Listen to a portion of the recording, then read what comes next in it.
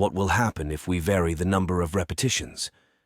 Is varying repetitions, whether low or high, important? Does it have a positive or negative impact on our muscle-building results? We resume with you 5 scientific experiments on this topic. It is essential to watch all these experiments and their results. The first scientific experiment study involved 19 individuals divided into 2 groups, a fixed repetition group and a varied repetition group. Both groups trained 3 times a week for 2 months with 7 exercises: cable pull-down, cable straight-back seated row, V-grip, barbell bench press, lever leg, extension, close feet, leg press, Smith, seated shoulder, press classic, barbell squat, with 3 sessions for each exercise and a 2-minute rest between sessions. The fixed repetition group uses 8 to 12 repetitions in each session using the Rost method. To reach muscle failure or the nearest point to muscle failure, the variable repetition group uses 2 to 4 repetitions on the first day, 8 to 12 repetitions on the second day, 8 to 12 repetitions on the third day, and 20 to 30 repetitions on the fourth day. They utilize the Rost method in all days and sessions. After completing the experiment, everyone gained a larger muscle size than before.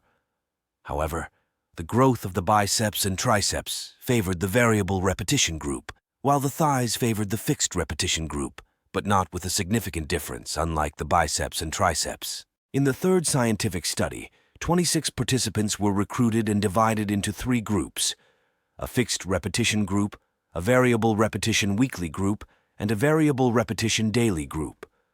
All groups trained the lower body twice a week for 6 weeks. The fixed repetition group used 8 repetitions. The weekly group used 10 repetitions for the first 4 weeks and 8 repetitions in the last 2 weeks.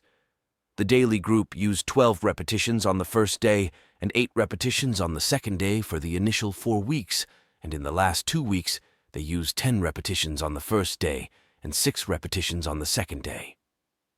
After completing the study, the muscle size was similar for all participants.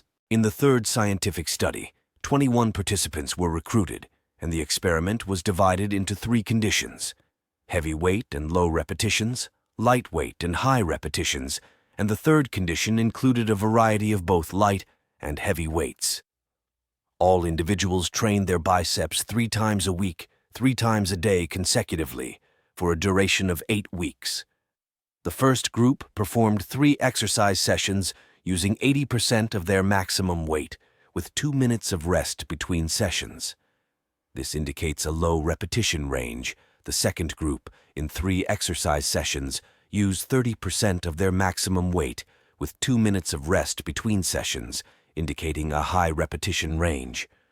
The third group alternated between heavy weight and low repetitions for the first 2 weeks, and lightweight and high repetitions for the following 2 weeks, and so on. After completing the study, muscle size was similar for all participants.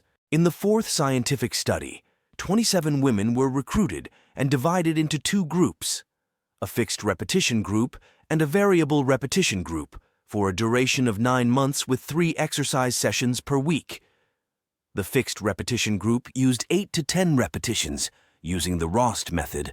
Muscular failure, or the nearest point to muscular failure, was employed in all exercises and sessions. As for the varied group, they use 4 to 6 repetitions on the first day of each week. On the second day of each week, they use 8 to 10 repetitions, and on the third day, they use 12 to 15 repetitions, employing the Rost method on all days and sessions. After completing the study, the size of the fat-free mass, measured using skin fold thickness measurement devices, was similar in the variable repetition group.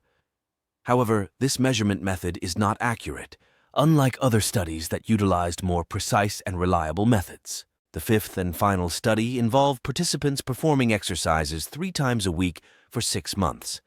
The first group utilized 80% of their maximum weight for 8 to 12 repetitions in the first 3 months, and then transitioned to 30% of the maximum weight for 27 to 31 repetitions. They applied the Rost method for all cases. The second group is exactly like the first, but in reverse. They start with high repetitions, 27 to 31, and light weight in the first 3 months, then transition to low repetitions and heavy weight. After the study, muscle size was average for both groups, but there were interesting individual differences that were explored and detailed. The useful summary from these scientific experiments is, first, all repetitions lead to greater muscle size than before. Second, there's no harm in diversifying, whether in days, weeks, or months if we can.